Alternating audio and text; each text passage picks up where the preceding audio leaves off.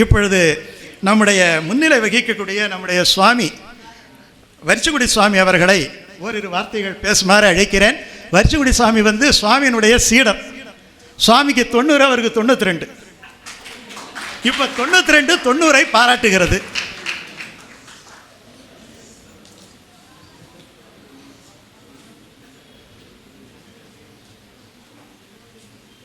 வையத்து வாழ்வீர்கள் என்று வருகிறது. அந்த பாசுரமானது ஆண்டாளாலே சிவில்லிபுத்தூர் கோகுலமாக நினைத்து கொண்டு மற்ற சிறுமிகளை பார்த்து அடைப்பதாக உள்ள பாசுரத்திலே வையத்து வாழ்வீர்கள் என்று சொல்ல வேண்டிய காரணம் என்ன?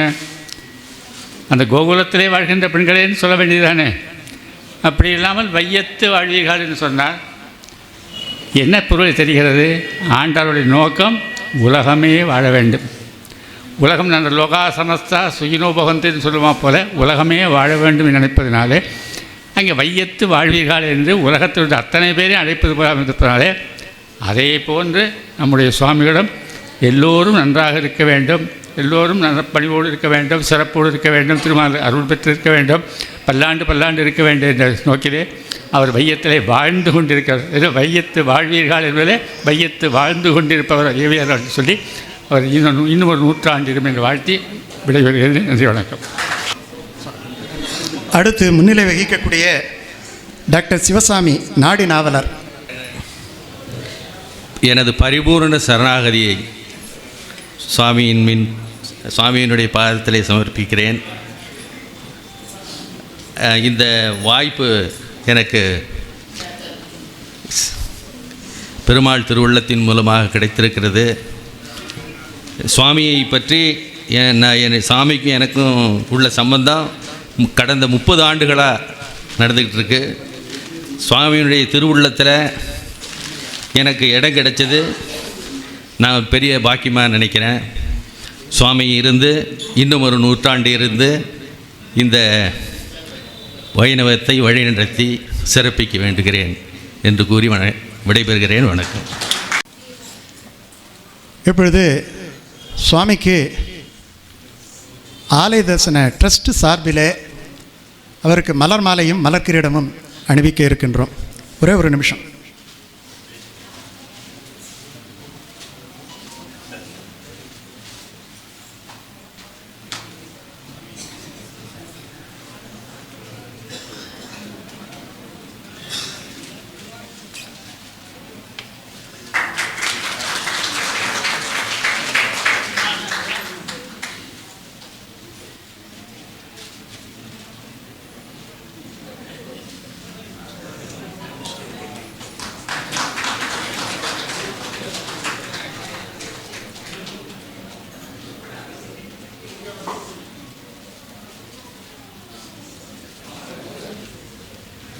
சார், டாக்டர் கோகுல்,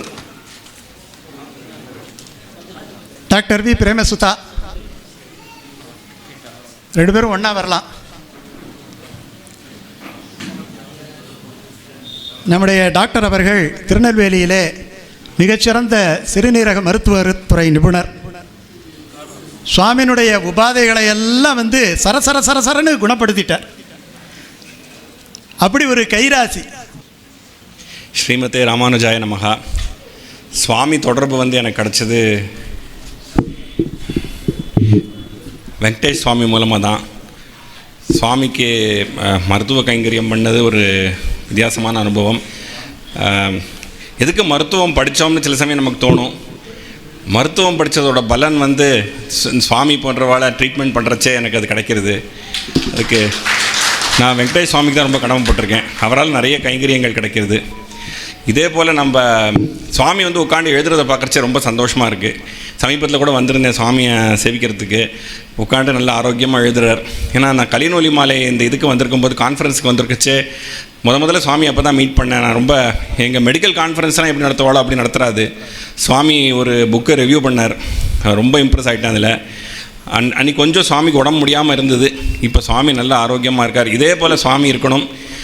சுவாமியோட சதாப்திக்கு நம்ம எல்லோரும் சுவாமி ஆசீர்வாதம் அவங்கள வாங்கிக்கணும். அவர் சம்பிரதாயத்துக்கு இந்த மாதிரி நிறைய சேவைகள் பண்ணி நிறைய புத்தகங்கள் எழுதணும். இதுதான் என்னுடைய வேண்டுகோள். எனக்கு வாய்ப்பு தந்தமைக்கு நன்றி.